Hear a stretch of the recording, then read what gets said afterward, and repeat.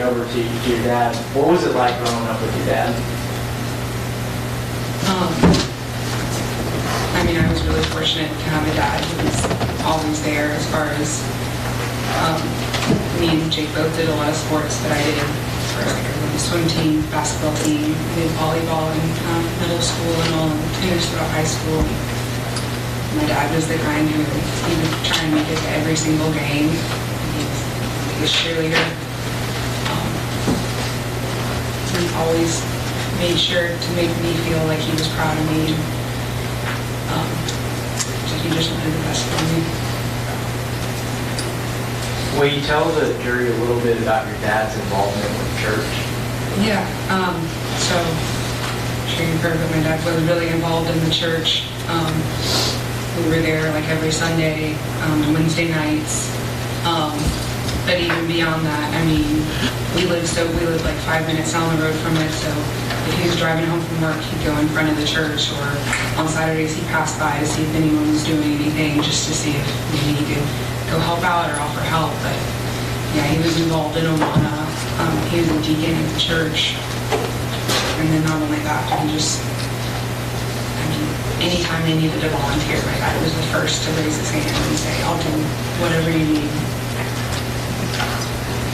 What was your relationship like with your dad as you got older and you went off to college?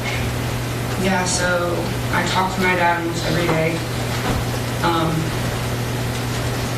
I was in Athens, and he was actually the one who helped me move there, and helped me get a lot of my furniture and all, and just going to school and getting a job and stuff like that. I mean, he was always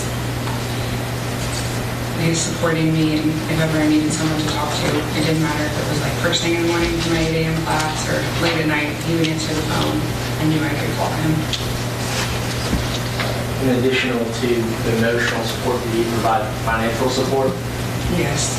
My dad was really good as far as helping me with school.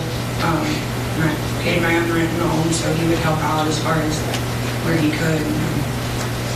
Helping with like groceries and stuff, and even silly things like if I would take the dogs from my mom's house to his house for the weekend, so you go to the cabin, he'd give me a little bit of spending money or gas money.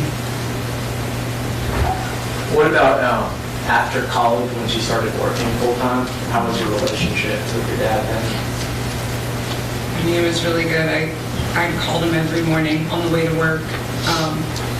2 weeks before he passed away, got a job in Gilburn, so it was about a 45-minute drive, so I'd get in the car and I'd call him, and he'd already be up and on the road, and so I'd be able to talk to him, and I think he was just really happy, and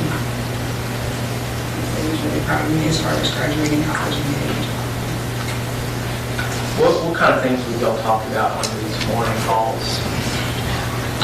Just about anything. Normally you start the call off with this lady's name, like, hey, Doodle, like, and we talk about the dogs and what he'd done at the cabin over the weekend, and just talk about, I mean, anything that was going on in our lives, really, as far as like work, his work.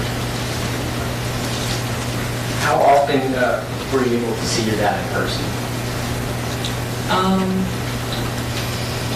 I saw my dad after I graduated college about once or twice a week. He had just moved into a new home that my mom had helped him buy. So he was getting to